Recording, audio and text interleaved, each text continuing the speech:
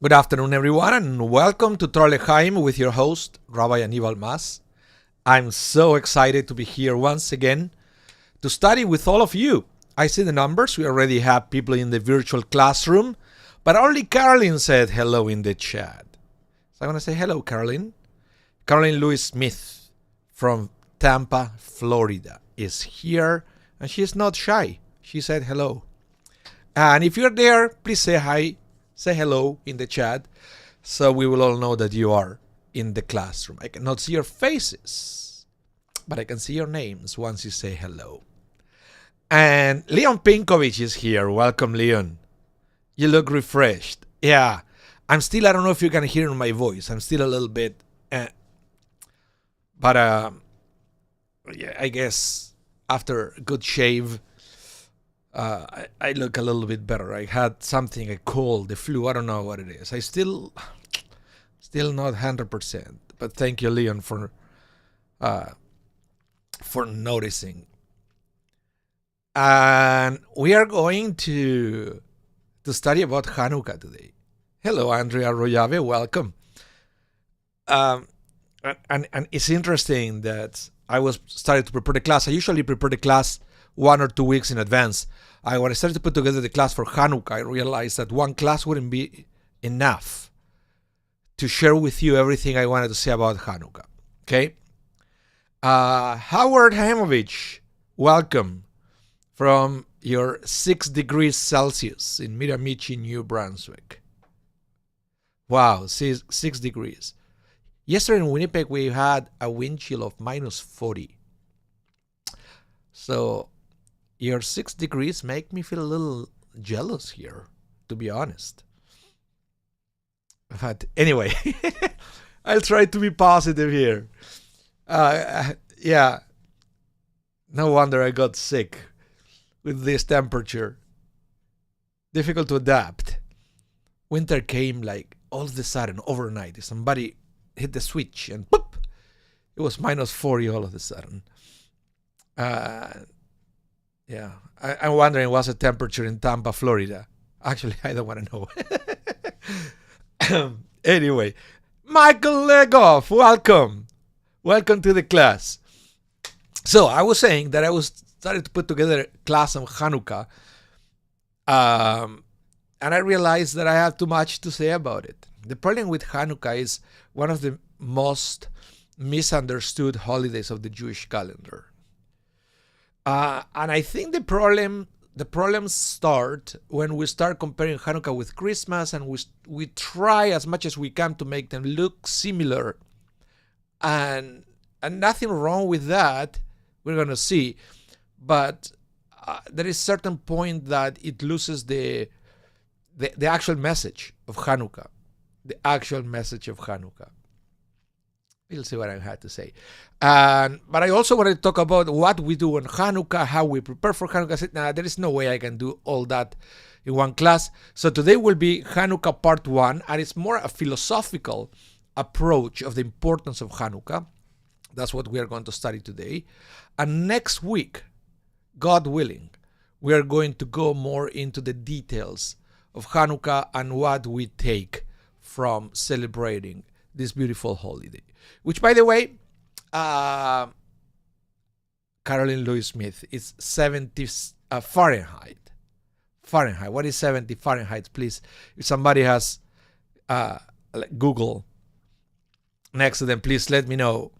I want to know 70 Fahrenheit in Celsius. Okay, I never learned the Fahrenheit. I never learned feet or inches or pounds, right? 21 Celsius. Oh, come on, Caroline. Whew. 21 Celsius. That's a perfect temperature to go out with my electric scooter, which, by the way, I miss it dearly. I'm already counting the days to go back outside with the scooter. Impossible to go with the snow. Impossible. My son was asking me, is there a way to get a scooter that can go over snow? And I said, yeah, it's called snowmobile. Anyway, Jerome Fomin is here as well. Welcome. So let's start studying about Hanukkah. I have lots to tell you about this beautiful holiday. And I want to start to trigger the conversation with a text from Maimonides, from Ramban, where he tries to put together the essence of Hanukkah. So let's get into it. He says, during the times of the Second Temple, which is pretty good, it will help us to put this into context, right? When the Greeks ruled over the Jewish people, they instituted decrees against them, against the Jews, and attempted to destroy their religion. In other words, they tried to destroy Judaism. They did not allow the Jews to study Torah or perform mitzvot, commandments. They took their money and their daughters, and they entered and defiled the temple where they violated its purity. The Greeks subjected the Jews to great hardships and pressured them immensely until the God of their fathers had pity on them and saved them. Okay, this is the interpretation of Maimonides, of the Ramban, which is very interesting, because sometimes when we celebrate Hanukkah, we forget about this. We put way too much emphasis on the miracle of the light, okay? And we are going to see in a minute, because Maimonides makes it clear that there was a miracle involved, because it says nothing changed until God saved the Jewish people. So it was a miracle. God saved them. And in order for that to happen, you have to see the hand of God present somehow in the story of Hanukkah. But everything happened because of all the hardship that the Greeks imposed into the Jewish people. It kind of looks, if you read at this text, it kind of looks like slavery in Egypt. I don't know if you have the same feeling when you read this. The only difference is that the Jews weren't on their land. It's not like the Exodus from Egypt that we were rescued from a different country. Here, we were in our land, in the land of Israel, but it was still kind of like the slavery in Egypt, but in this case was more like how you call it, a spiritual. It was a spiritual slavery. The hardship was more spiritual than physical. They weren't really slaves, but you will say that they were not allowed to study Torah or to fulfill mitzvot and all that stuff. Okay? So have that in mind. It is kind of like Pesach, like Passover, where we were freed from slavery, but we were freed from a spiritual slavery, when for Pesach we were freed from a physical slavery.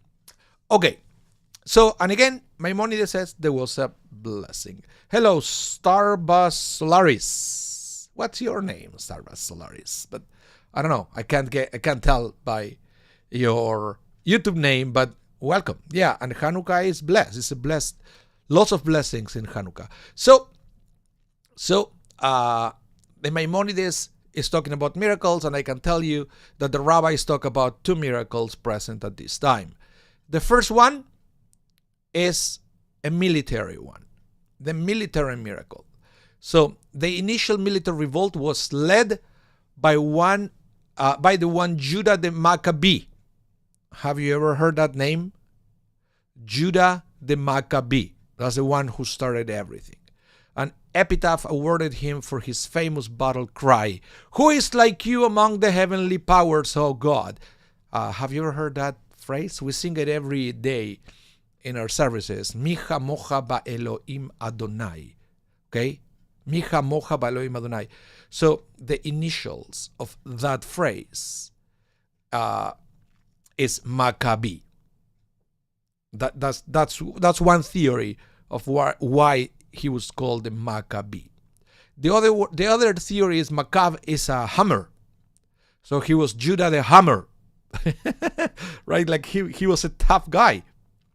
But we like to believe that the Maccabee came from Micha Mocha Balim Adonai, which has a more spiritual connotation than a simple hammer.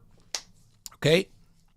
So, Judah was joined by his 5 brothers, all sons of Mattityahu, patriarch of the priestly Hasmonean family. Okay, so we have more information here. Judah was a son of Mattityahu, and he was a Kohen, a priest. Okay, so he was, and the last name of this family was Hasmonean. Legends has it that as Seleucid General 1 described these 5 Jewish heroes as stronger than lions, lighter than eagles, and quicker than bears. Despite the extraordinary odds stacked against them, the children of Mattityahu miraculously, that's why I call it miracle number 1, succeeded in their battle against the Greeks. Without divine intervention, the enemy would have swiftly crushed the small band of religious Jews. Instead, after a short period of intense fighting, the Maccabees freed Jerusalem from Seleucid control and isolated the Hellenized Jews to the northern port city of Acre. Okay, so this is what we call miracle number 1 of Hanukkah, the military miracle. Okay, I hope we are all in agreement with that. But there was miracle number 2, and this is the one that we are most familiar with. And it says, finally, on the 25th day of the month of Kislev, in the year 165 BCE, the Maccabees returned to the temple. As they set about repairing all that had been vandalized, God had a second miracle in store. When the pagan Hellenists invaded, they desecrated the menorah, the candelabra, right? This golden candelabra that was there, and sabotaged the oil reserves. When the Maccabees finally regained control, they could find only 1 jug of oil fit for the lighting of the new menorah in the temple hall. The Jews used the little oil they found, and something extraordinary happened. It just kept on burning day after day. It burned for 8 days. Even though there was only enough oil for one day, giving them the time they needed to produce new pure oil. They needed 8 days to produce more oil, and a miracle did happen. And that little bit of oil lasted for 8 days. So how do we know this about the second miracle? Well, it's mentioned in the Talmud, by the way, in Masechet Shabbat, the tractate called Shabbat, and this is the language in the Talmud. In fact, the Talmud doesn't say much about Hanukkah. It looks like itself in those days it wasn't a big deal the way we make it this day. But anyway, let me share with you what the Talmud says about Hanukkah. What is Hanukkah? Mai Hanukkah? That's the question presented in the Talmud.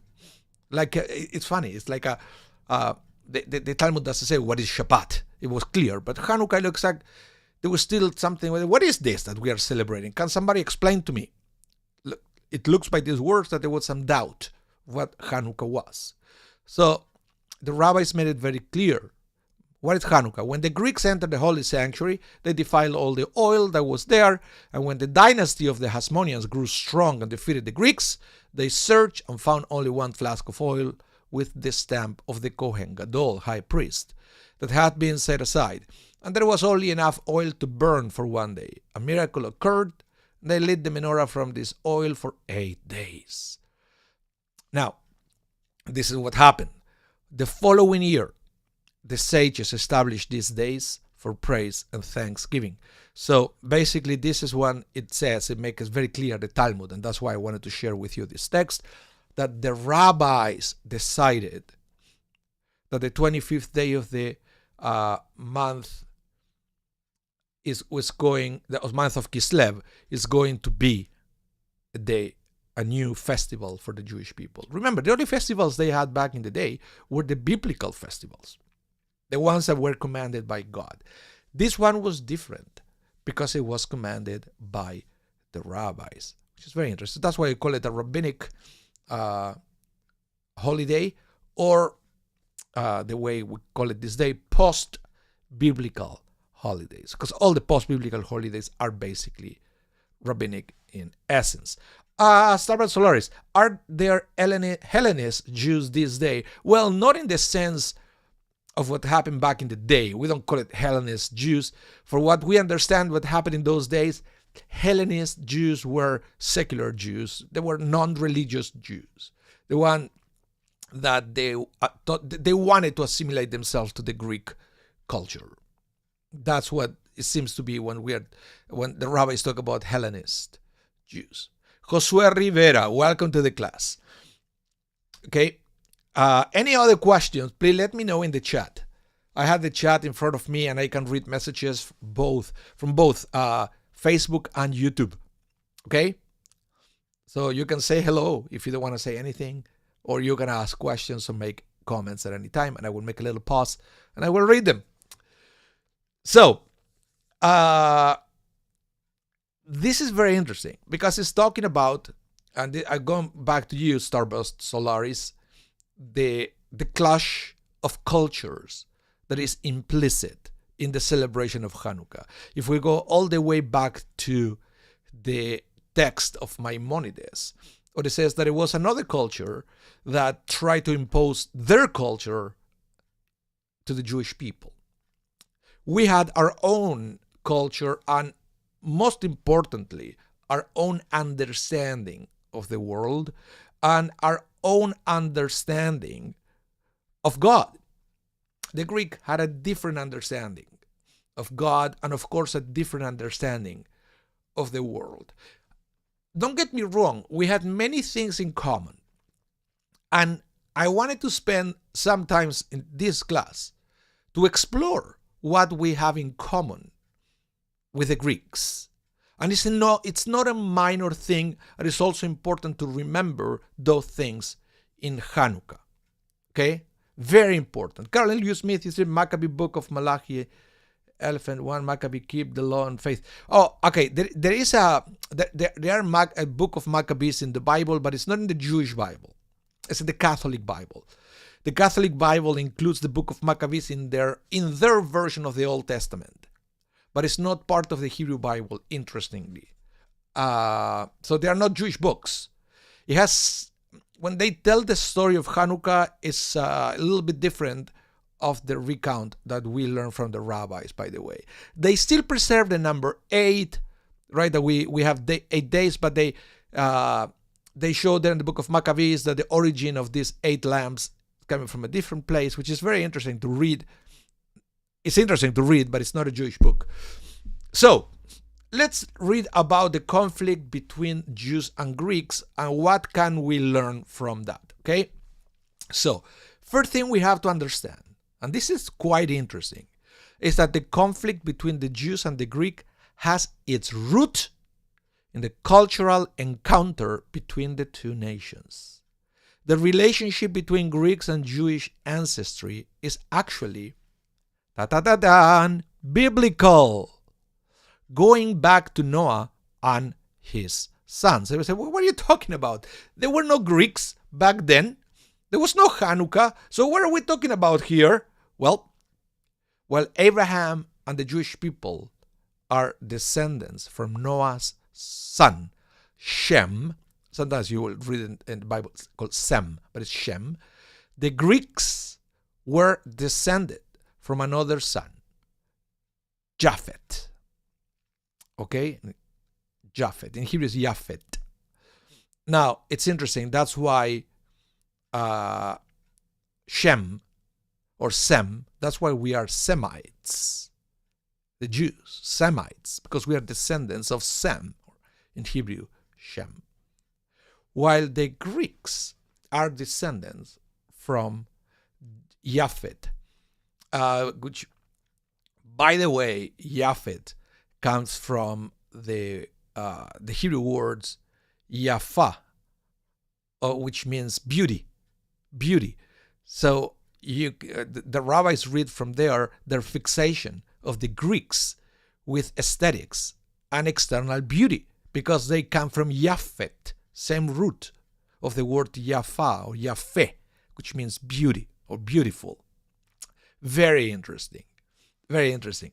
So, how is it? Let's try to understand this. How is it that the Greeks, who decided the Greeks come from Japheth? Well, let's go back to the Bible, to the book of Genesis. And in Genesis chapter 9, we read as follows. The sons of Noah who emerged from the ark, remember the flood, the ark, were Shem, Ham, and Japheth. Okay? 3 children. Ham was the father of Canaan. Canaanites. Remember that eventually we went into a very bitter and terrible war against the Canaanites. They were bad example. Let's put it that way.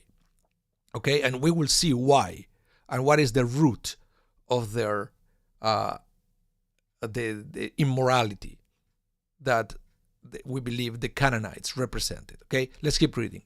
These 3 were Noah's son, and from then the whole world was repopulated. Noah began to be a man of the soil, and he planted a vineyard. He drank some of the wine, making himself drunk, and then covered himself in the tent.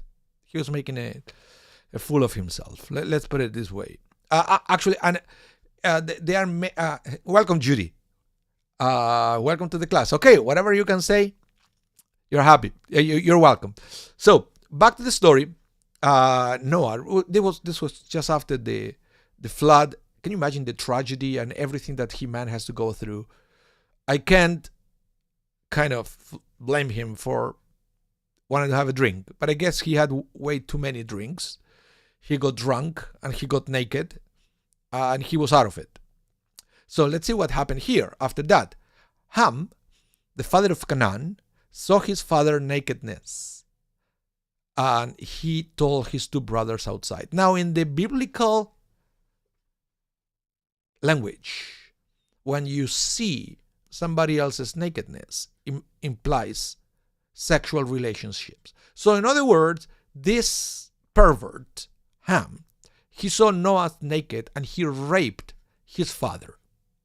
Okay? So try to imagine what we are talking about. And this is the father of Canaan. So Shem and Japheth took a cloak and placed it on both their shoulders, and they walked backwards and covered his father's nakedness. Because later on, when the Torah is finally revealed, we are going to have a mitzvah, a commandment, that it says that we are not allowed to see our parents naked. Okay? So it's already showing you that Shem and Japheth had a more elevated understanding of morality, even without a Torah, they knew that was wrong. So they created this way to approach his father without looking at him naked. And so finally they covered their father's nakedness. They faced away from him and did not see their father's nakedness. Noah awoke from his wine-induced sleep, and he realized what his youngest son had done to him. And he said, "Cursed is Canaan. He shall be a slave to his brothers." He then said, "Blessed be God, the Lord of Shem.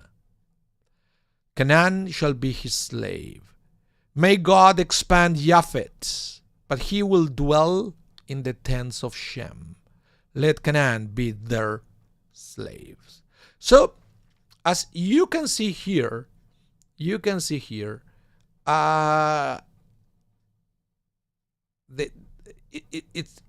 saying that there is nothing wrong with Japheth. So if we believe that the Greeks come from Japheth, you can tell right away that there is nothing wrong with the Greeks as a nation. They were at the same level of Shem, in the sense that they both have a better understanding of morality than the other one. Okay? Now, it's interesting what it says, may God expand Japheth. What does it mean? Well, we go to Genesis 10:2, and it will say the descendants of Japheth were Gomer, Magog, Madai, Javan, Tubal, Meshech, and Tiras. Okay? And Javan, it's actually the name that we use for Greek.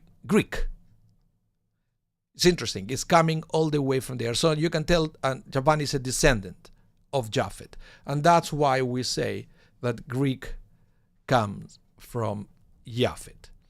Okay? So the other thing that is interesting here is when the Torah says, but he will dwell in the tents of Shem. What does it mean that Japheth will dwell in the tents of Shem? Well, based on Noah's blessing to Japheth, our sages understood that the Greeks were possessed of certain virtues that were worthy of Jewish respect. So in other words, there is something from Japheth that it will have to be present. It will have to be present on Shem. In other words, as Jews, as descendants of Shem, we have to understand what is it that we can learn from the Greek culture that comes all the way from Japheth that is good for us to incorporate. And if we say, for example, that one of the things is the aesthetics, that is something that made it into Judaism. And let me tell you something. When we fulfill mitzvot is something that is for us, for Jews, descendants of Shem. But the way we fulfill the mitzvot is as inspired by Japheth, because we like to beautify the commandments. We like to beautify the mitzvot. The Torah says that we have to write the law of God in the frames of our doors. Well, it will be enough to nail there a little parchment containing the words, right? But that's not the way we do it. We write it in a parchment, we roll it, and we put it in a beautiful case. And then we nail it to the door frame. In other words, every time we fulfill a mitzvah, Yavan is present. The Greek concept of beauty is present, right? So that is one way of how Japheth dwells in the tents of Shem. But let's keep going. Let's see. Michael Legoff, you said, like the Hebrew words lehityaven, assimilation, turning Greek. Oh, very, very interesting. Very interesting. Yeah, it's coming from Yavan. Yavan is the, even in modern Hebrew, Yavan is Greece, the country, right? The country, yeah. And that was one of the sons of Japheth. Very good, Michael Legoff. One mitzvah point for you. So, let's go back to the Talmud. Let's go back to the Talmud. And I want to show you what else the rabbis understand that we take or we should be taking from the Greeks. Okay? Now, we go to the tractate called Megillah. And there we read that Rabbi Shimon ben Gamliel said, the only language beside Hebrew that we can write the Torah, prophets, and writings is Greek. Like in those days. Then eventually, of course, we translate it into other languages, because we also understand that most of the cultures, they are an extension, or what we call the Western civilization, for example, an extension of something started by the Greeks. But back in those days, when the Talmud was written, they probably have many other languages around that they were not worth their time. And Rabbi Shimon ben Gamliel said back then, the only language beside Hebrew that one can write the Torah, prophets, and writings is Greek. Look at that. Okay? Starboard Solaris, it's not better if the words of God be impressed and sealed in our hearts. Of course, that's the ultimate goal. But then everything that we are studying here are tools for that to happen. Sometimes we do have, sometimes good intentions are not enough. We need a methodology for things to happen, at least in most people. We need a system We need a system. The mitzvot, the commandments, representing the will of God, it's a system to achieve that. See Sam Bailey, welcome from the so-called.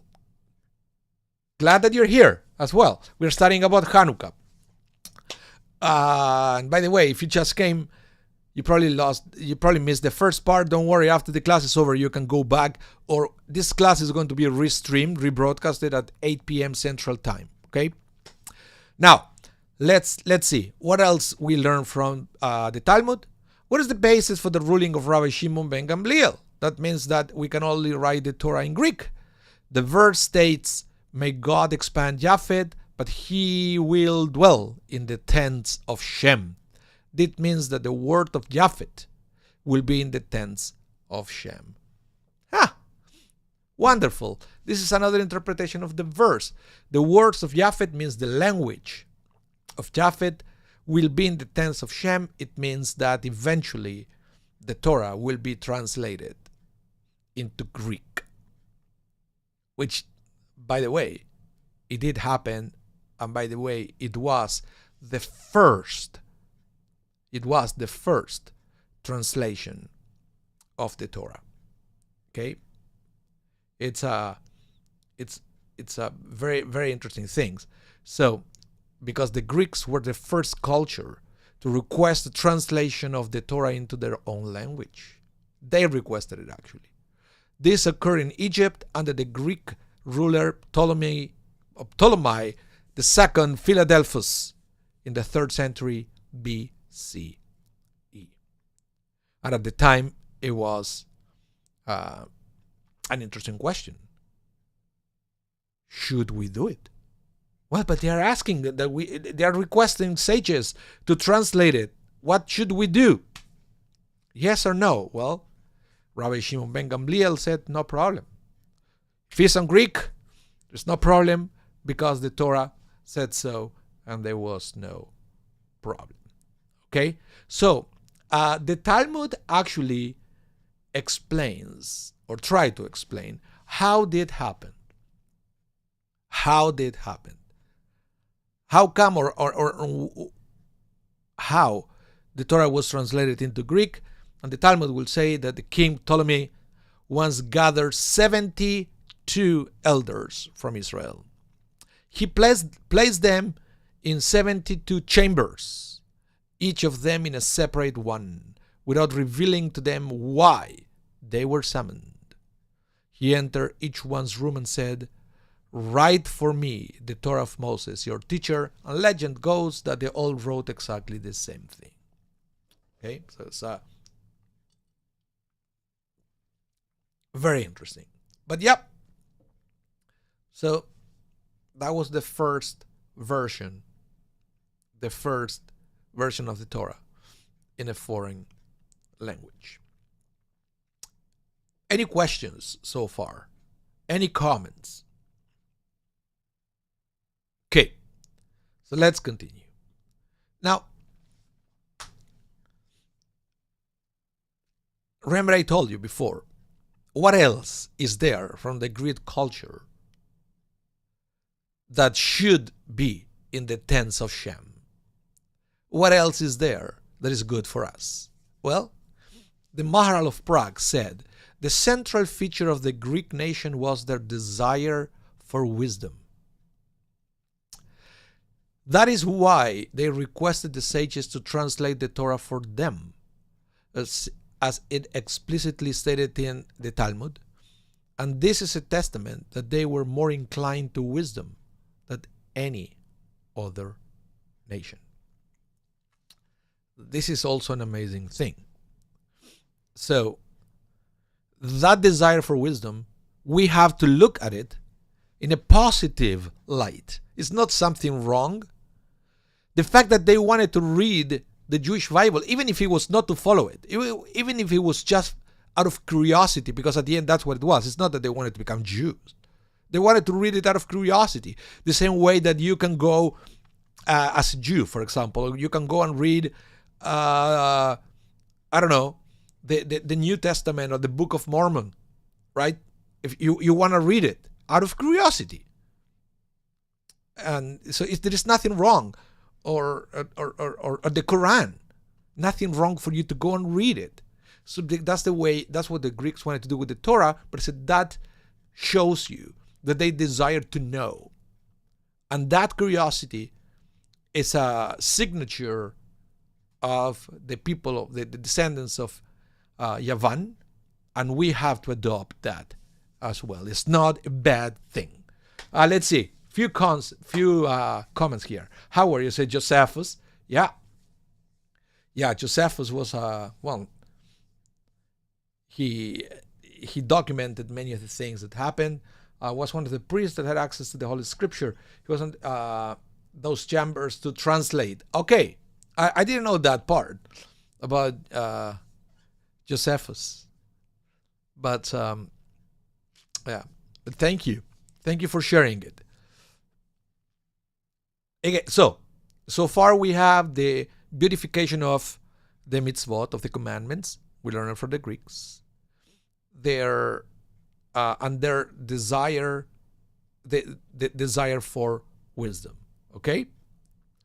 Now, another thing interesting here, and as I mentioned, when we understand, may God expand Japheth, but he will dwell in the tents of Shem, is the beauty of Yavan will be in the tents of Shem. Hence, it is permissible and desirable to use the external beauty, in other words, the Greek language, which is the beauty of the Greeks, as a helpful tool and as a means for obtaining the essence and inner core, which is the wisdom of the Torah and the mitzvot. That's why we spend money beautifying synagogues and houses of study. That's why you will see, for example, the most wonderful books on Judaism in these days. They're probably the most beautiful ones, are coming from this publisher from the United States called ArtScroll. I don't know if you ever got anything published by ArtScroll. It has amazing content, but also it looks pretty. So it is a pleasure. It is a pleasure to hold one of those books, not just for the content, but because the way they feel and the way you know that they're going to last forever because of the quality, and that is Japheth dwelling in the tents of Shem. It's and I would also say that sometimes when we borrow things and we add a little elements of performance to services to make them more interesting, because otherwise we know that if we don't borrow this from Japheth, sometimes we can have great content to communicate, but it won't be received. It won't be received unless it's presented in a beautiful way, and that's something that we shouldn't be ashamed of that. Now, this is the thing. I don't know how. Nobody asked me this so far. Okay. You should say, but Rabbi, what you are telling us, what was bad about the Greek culture? Everything is supposed to be great. We should we should embrace it all. What is the problem? Well, let me tell you what is the problem. Because there are certain things that we have to learn from them and certain things that we have to avoid.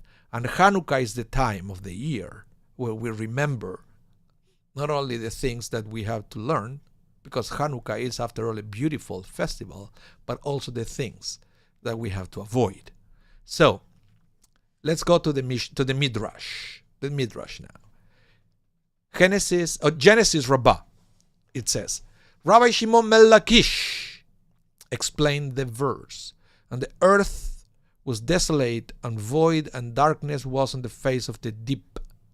And darkness refers to the Greek exile, which darkened the eyes of the Jews through its decrees. So you see, what happened here is that the Greek, the Yavan, the Japheth, supposed to coexist with Shem. Okay? Not replace Shem. If there is no tent of Shem, it cannot be Japheth. You understand what I'm saying? The problem here is Rabbi Shimon ben Lakish. It says that the Greeks try to impose their culture at the expense of the Jewish culture. Try to replace one with the other instead of enriching one with the other, and maybe even mutually. But that was not their intention. And that's why Rabbi Shimon ben Lakish said, and the earth was desolate and void, and darkness was on the face of the deep. If you get rid of everything Jewish, if you get rid of the word of God, then the rabbis call it the Greek exile. Is when we leave that place, when we leave that spiritual place that Judaism is bringing to our lives. So that's why sometimes the times before Hanukkah, before the historical Hanukkah, the times before that is called by the rabbis as the Greek exile, even though we were still in our land. It was not like the Babylonian exile, right? That we were sent to a foreign land. We're still in Israel, but it was a spiritual exile. And that happened when you replace the Jewish life with something else. So let's explain a little bit more about this Greek exile. This time period is called the Greek exile. The term exile does not only refer to time periods when the Jews were exiled from the land of Israel, as was the case with the Babylonian exile, etc. Exile is mainly the removal of the holy presence, the Shekhinah, occurring when the spiritual connection between God and the Jewish people is weakened or totally disconnected. This comes about in situations where non-Jews rule over the Jewish spiritually, and the Jews are influenced by their culture and behave according to the ways of the nations. So this is what I was saying at the beginning, that even when we celebrate Hanukkah, it is okay to borrow certain elements from the celebration of Christmas, right? And I don't know if you noticed, for example, new music that is created in this generation, new Hanukkah music sounds more than like Christmas music than previous generation, but that's fine. It's we borrow the beauty of certain melodies, or we borrow the beauty of lights, and we put inflatables outside our houses, or we project lights on our homes, right? That is something that started as a Christmas tradition, but we borrow that, the external thing. But the essence, we should still understand that we are celebrating Hanukkah, and Hanukkah is the celebration of Jewish pride. Hanukkah is the celebration of the fact that we can be Jewish, our way. We don't want somebody else to, like the Greeks, to tell us how to be a Jew. It's the time when we can be proudly Jewish. So that is the danger when we try to replace one or the other instead of borrowing certain elements from another culture. And it's a thin line, and we need to reflect once in a while how we are doing. And I believe Hanukkah should be that moment of the year when we reflect about that thin line. I want to know what you think about this. Yeah. See Sam Bailey, you said, can't lose sight of the essence. Yeah, but it's so difficult.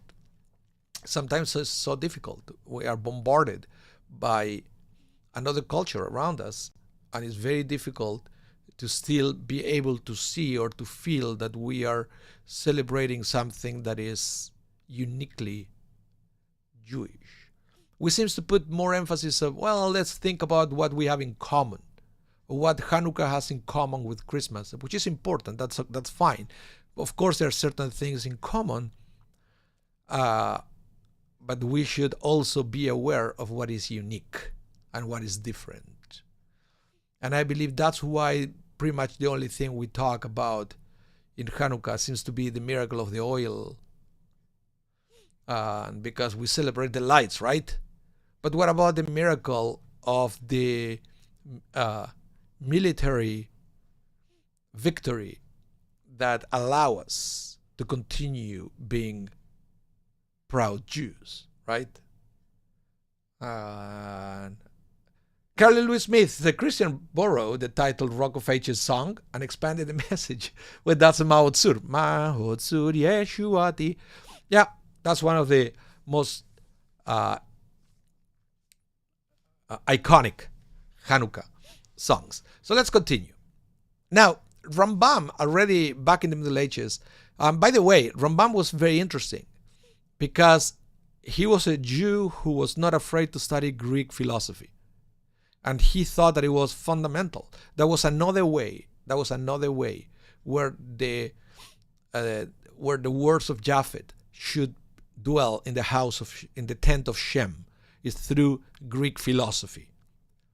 Ramban believed that it was amazing, and we should all study it to help us be better Jews, to help us understand God better, if we can borrow the methodology of Greek philosophy. Not so much the essence, but the methodology. So, Ramban said back then,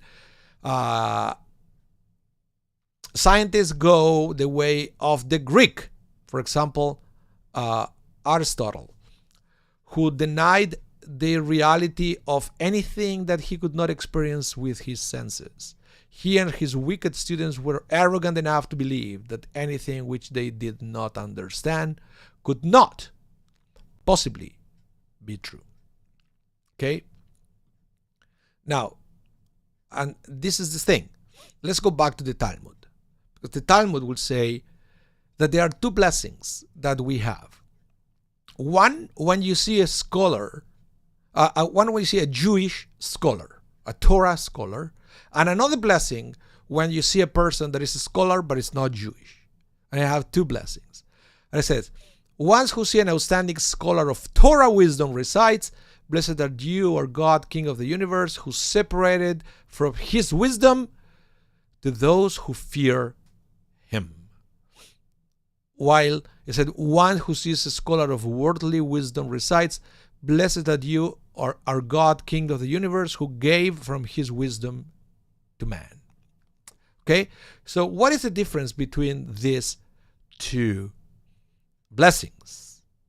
Okay, well, we read that the reason that regarding outstanding Torah scholars we recite, who separated from his wisdom to those who fear him, is because their wisdom cannot reach the ultimate depth of Torah, since the Torah is infinite. So in other words, we are saying that Torah scholars just comprehend a part of God's wisdom, which is infinite. So even a part of infinite is infinite, but there is always more and more and more. Okay?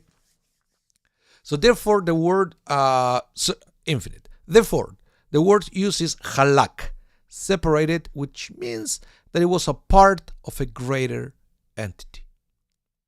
In contrast, the wisdom of the nations can ultimately be fully understood. Therefore, it is appropriate to use the language of matana, gift, as all wisdom was given to them to be fully comprehended. In other words, what this rabbi is saying here is that we should never replace the infinite wisdom of Judaism with something that is finite. Because in other words, we always learn that we believe that, and there is not something new, we believe that whatever is happening around us is the best. And then we realize that all these trends come and go. what today seems to be the best thing, tomorrow will be different. And 100 years ago was different. While Judaism keeps evolving. And because Judaism is something that comes from God. So again, what I wanted to say is, and when we celebrate Hanukkah, we have to understand that this is the time to reflect of there are many things that we have in common with other cultures. But at the same time, it's an invitation for all of us to remember what is unique about Judaism. And it's never about replacing Judaism with something else, but it's always about to understand how we can enrich and elevate and improve our Jewish practice through adapting certain things from other cultures, which is not the same with replacing. And again, it's a fine line, and unless that we have a time to reflect about it, we are not going to succeed. So Hanukkah is the opportunity that we have to undertake that endeavor. So I want to know what you think. If you have any comments, let me know in the chat.